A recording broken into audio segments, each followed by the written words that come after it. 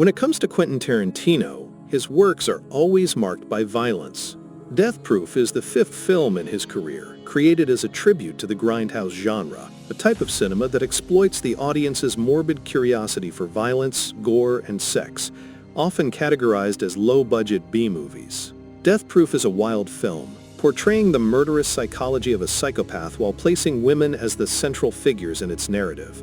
The film is also one half of the double-feature project Grindhouse, paired with Planet Terror, Robert Rodriguez's zombie movie. Death Proof bears the unmistakable mark of Tarantino, taking us back to the nostalgic atmosphere of bygone cinema.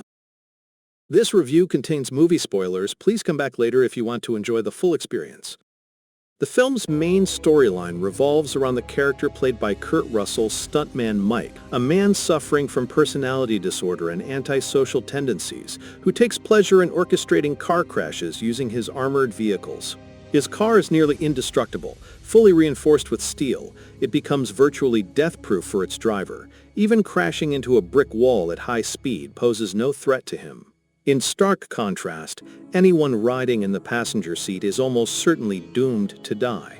Throughout the film, audiences get to admire his incredibly badass car, most notably marked by a skull and crossbones emblem on its hood, a chilling image symbolizing death. This emblem was a recurring motif in many films of the 1970s, serving as an icon of that era's obsession with violence and rebellion.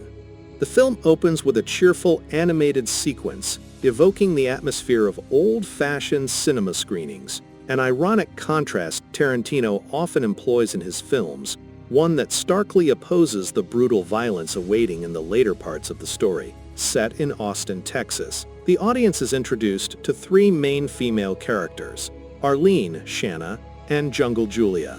The trio are close friends, rebellious and impulsive by nature, easily excitable, yet beneath that facade lie moments of fragility and timidity. As both screenwriter and director, Tarantino showcases his mastery of dialogue, a signature across his body of work. His lines are laced with vulgarity and sexual innuendo, yet crafted with such skill that they become engaging, even laced with humor. This sharp, stylized dialogue has become one of his trademarks, each exchange brimming with energy, layered with nuance, and often nodding playfully to pop culture highlights of the 1970s. The film follows the three women from their car ride to a bar, where conversations revolve around sex and mocking men's weaknesses, creating an atmosphere that is both vulgar and humorous. It is at this point that the antagonist, stuntman Mike, makes his entrance. Watching the women through his tinted windshield, he embodies a predatory gaze, a classic motif of 1970s and 80s slasher films. His demeanor at the bar, engaging in casual conversation, strikes a balance between quiet menace and disarming friendliness. As the story unfolds, viewers are treated to a series of nostalgic editing techniques, shifts between black and white and color, scratches and visual lines reminiscent of old reels, all evocative of 1970s cinema. The funk rock soundtrack infuses the scenes with youthful rebellion and energy, occasionally dipping into softer melodies that evoke nostalgia. These stylistic choices are all deliberate artistic decisions by Tarantino.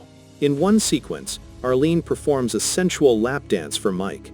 This is Tarantino's homage to the sexy female archetypes of exploitation cinema, where sexuality was a hallmark of the era. Yet, immediately after this provocative display, the playful atmosphere is shattered and replaced by brutal vehicular chaos. The ensuing bloody car chase terrifies and unsettles the audience, a kind of cinematic carnage that only Tarantino could stage. The score, alternating between calm and tense notes, sustains a heightened suspense throughout the rest of the film. Later, one particular scene sheds light on Mike's twisted psychology. He sits atop the hood of his car, straddling the menacing hood ornament shaped like a bird of prey. The director's implication is clear. The car is an extension of Mike's body. Incapable of satisfaction through normal sexual means, he redirects his impulses into hunting and killing women, where the act of collision itself becomes his form of climax. After the horrific accident, Mike is taken to the hospital, which, notably, is also the central setting of Planet Terror, the companion piece in the Grindhouse double feature. Death Proof ends the first story to lead the audience into the second part. With subtlety in storytelling, Tarantino creates a complete contrast with the earlier narrative. This time, the setting shifts to Lebanon, Tennessee.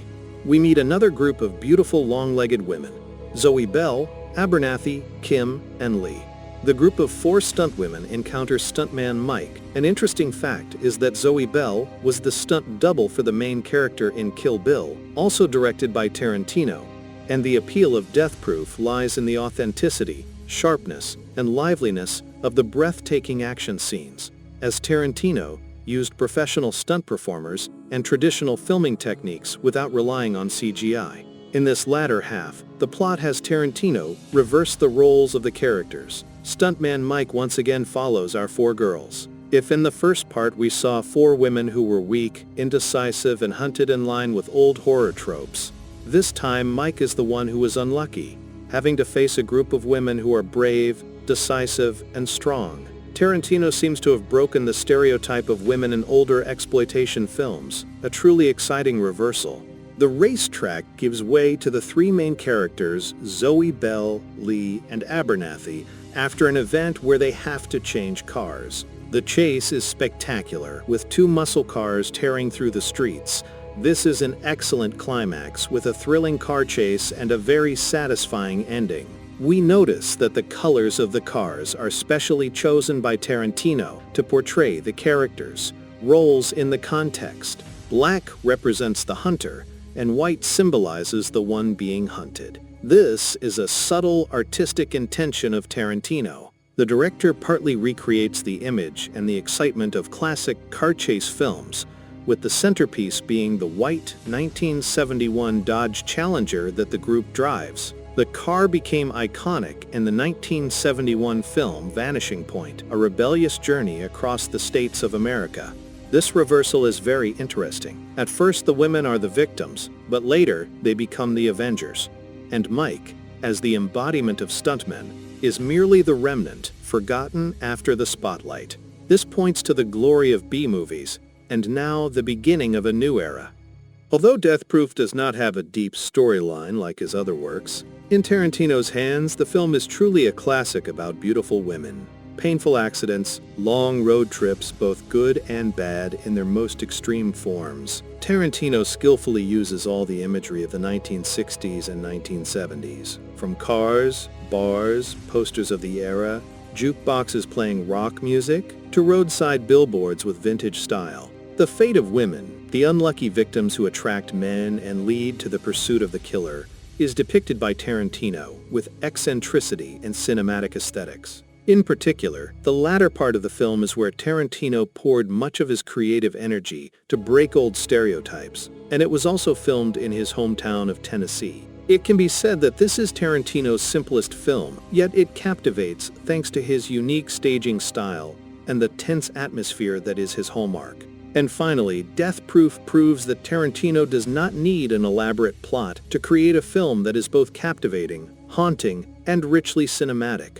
Thank you for watching the video. Please like, share, and subscribe. See you in the next video.